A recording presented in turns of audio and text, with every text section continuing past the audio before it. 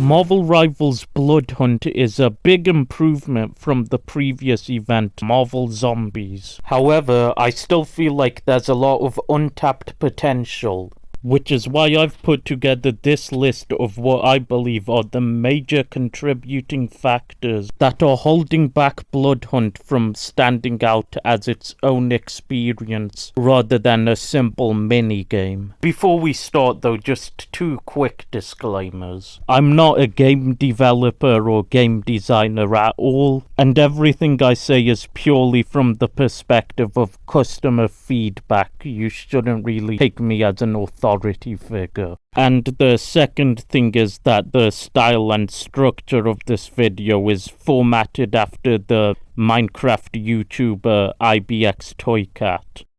Hi, you okay? Do you think worms have clutches? Worms don't have arms to hold anything. The first factor I'd like to present is that the enemies in Marvel Rivals feel weightless, which is also connected to the way that the player character controls. Weight in the context of a video game can be split into two parts. The first is the more obvious spatial and physical side of it, and second is the sort of cognitive weight that we as the player place on the enemies. In the physical sense, video games create a feeling of weight through the visuals and through the movement. It boils down to simulating the effects of gravity and of friction. Marvel Rivals feels very floaty, which makes sense for the style of PvP it is. But in the context of a PvE, it sort of reduces the impact and hero fantasy experience when all the enemies just sort of phase through everything. They don't slow down or stagger at all. The death animations for the enemies are subtle and don't respond to the way in which they were defeated. This also applies to the player's side as well. There's no feeling of resistance from the enemies or the terrain. For Marvel Rivals to fix this, I feel like it would be a pretty simple solution. Just adding more variety in the states of movement and adding more animations in response. It doesn't really need to be Wolfenstein levels of gritty realism. That would probably take away from the appeal. But I feel like Marvel Rivals should have physics in the loose sense that feel on the same level as Risk of Rain 2, which I mentioned in the intro to the video. This would definitely be an improvement, but it still doesn't fix the deeper issue, which is that the enemies in Marvel Rivals are mentally weightless, as in they don't have any meaning. To get into what we mean by this, take a look at this footage of the first encounter with the basic enemy of Zombie Army 4 that you'll be fighting for the rest of the game.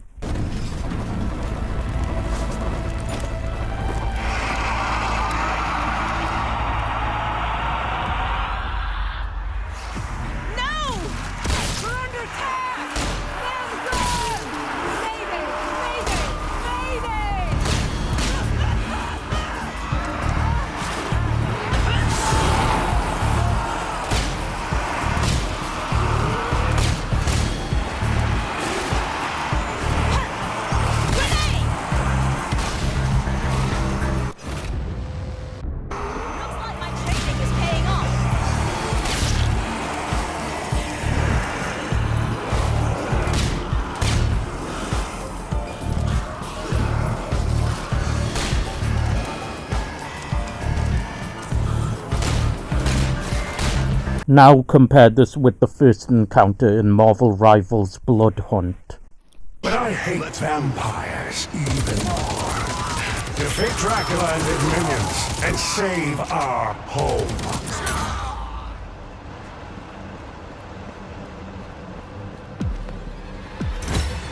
I'm hunkering down.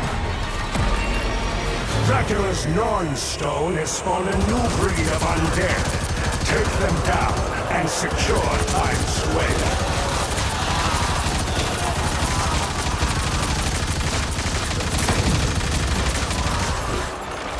Judge, jury, executioner!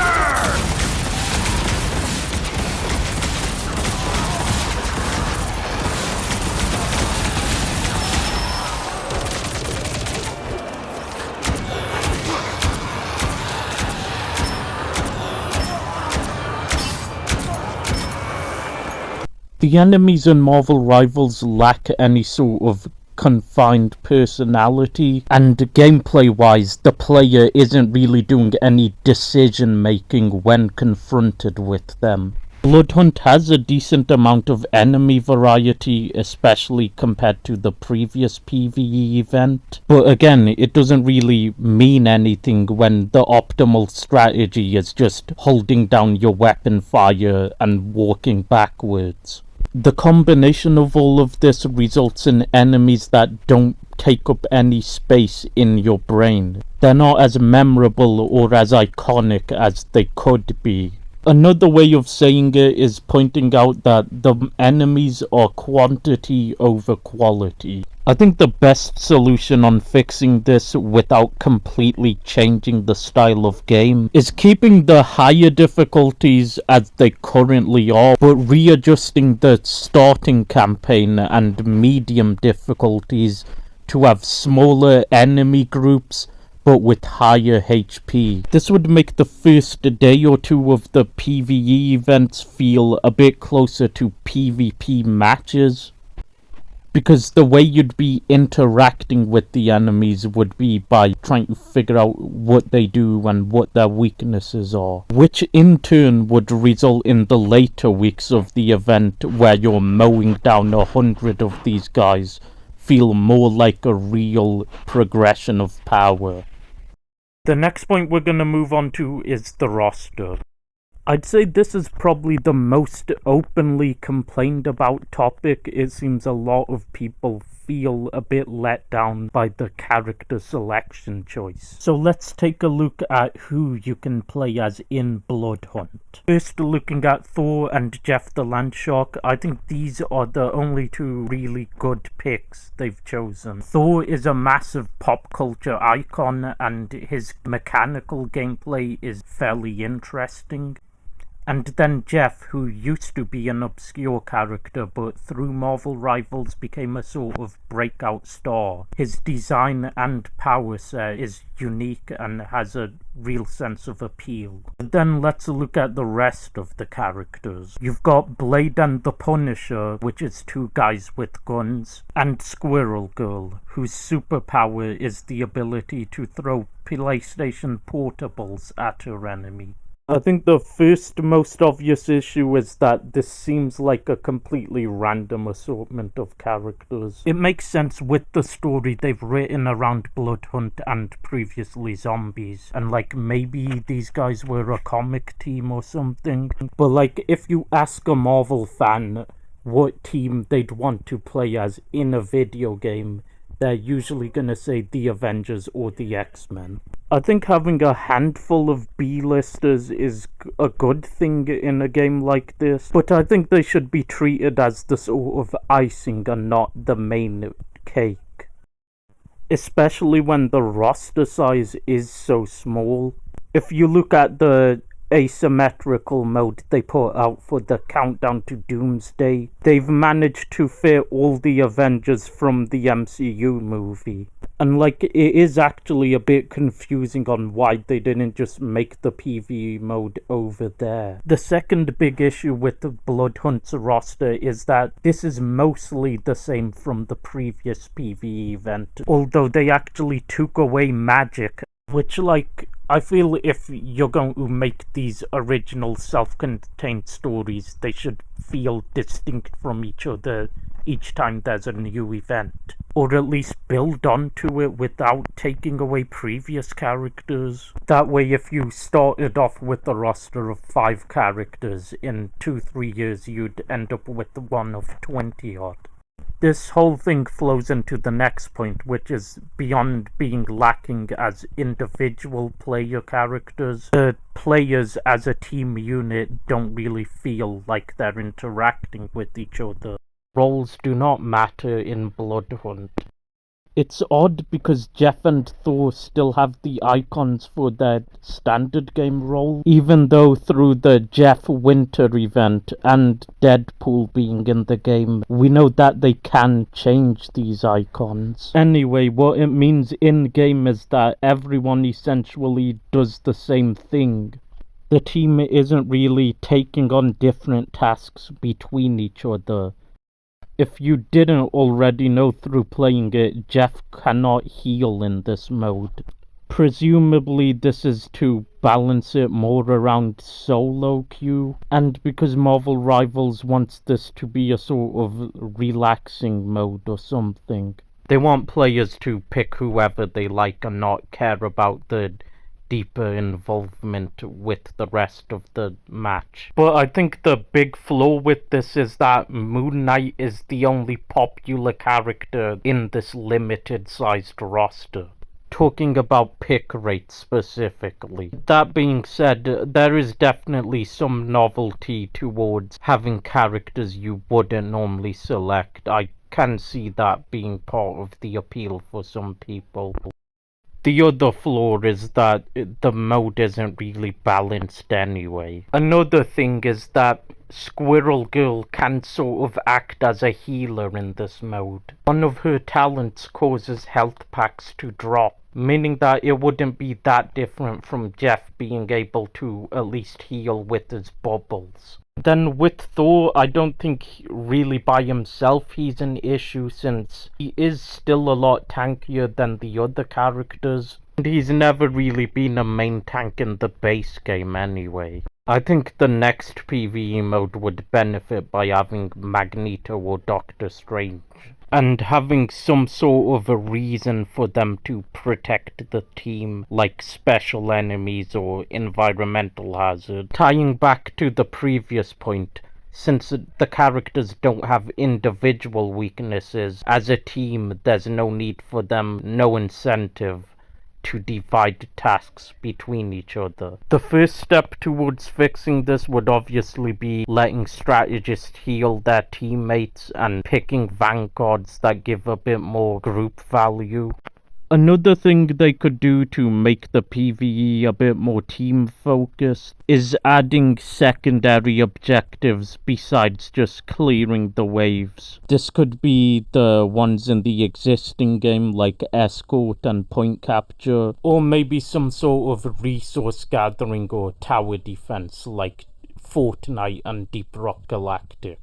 The final point we're going to be talking about, and what prompted me to make this video, is the items and the way they're handled. To clarify before I start, what I mean by item is the non-permanent upgrades and the pickups. Things that affect just for one specific match and not the permanent progression like the gear. The first issue with the items in Blood Hunt is simply that there isn't enough of them. It only takes a few matches of Blood Hunt to see all of the items available. I feel like this is a big missed opportunity because it doesn't take advantage of the innate curiosity gamers have. The main reason that Blood Hunt doesn't have very many is because the changes from Zombies to Blood Hunt. The previous event, Marvel Zombies, had character-specific upgrades that had a random chance of appearing the same way as the regular ones, although weighted slightly lower. Basically, all of these were moved to the skill trees instead. The new system is overall better, but I feel like they did take it too far in some places. By that I mean within the skill tree system, some of the upgrades overlap between the separate characters. For example, most of them have some sort of perk that grants them multiple rows of their primary attack. I think this would be better off converted into a multi-shot item instead. And alongside this, some of the perks don't really feel like they need to be character restricted. For example, Squirrel Girl's Vulnerability Nut or Jeff the Landshark's Flame Trail.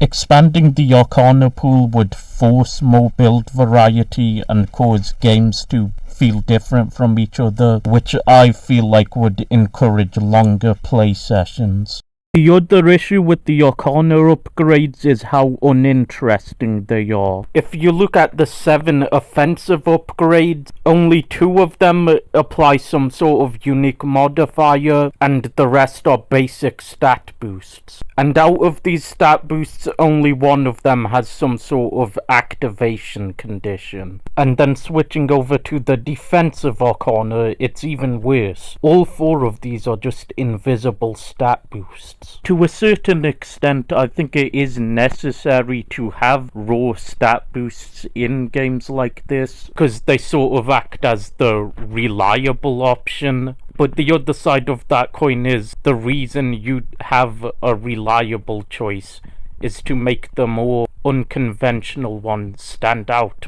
I don't think it's that hard for them to come up with new items. There's a long history of Marvel games, and even extended to just third-person games in general, they could pull from. And there are already a lot of effects in the main game that could be used. I'm not exactly sure how Marvel Rivals engine works, but I feel like the team-up system suggests that this would be possible. For example, right now there's an item that increases the player's block rate. I think a more interesting way of achieving the same practical use would be an Arcana upgrade that generates a Magneto bubble around you. And then this could either be time-based or tied to a certain one of the player's abilities, or just sort of some kind of condition that requires the player to do a little bit more thinking. And going back to the offensive Arcana, the base game already has a lot of effects like burning, bleeding, anti-heal, exile. All that stuff I feel like they could incorporate. At the very least, these could be triggered in the same way that the freezing item does. Then moving into the next part of this segment, which is the pickups. Right now, besides the gear, all you really have are the fixed location health pack and Squirrel Bill's ability to spawn health packs.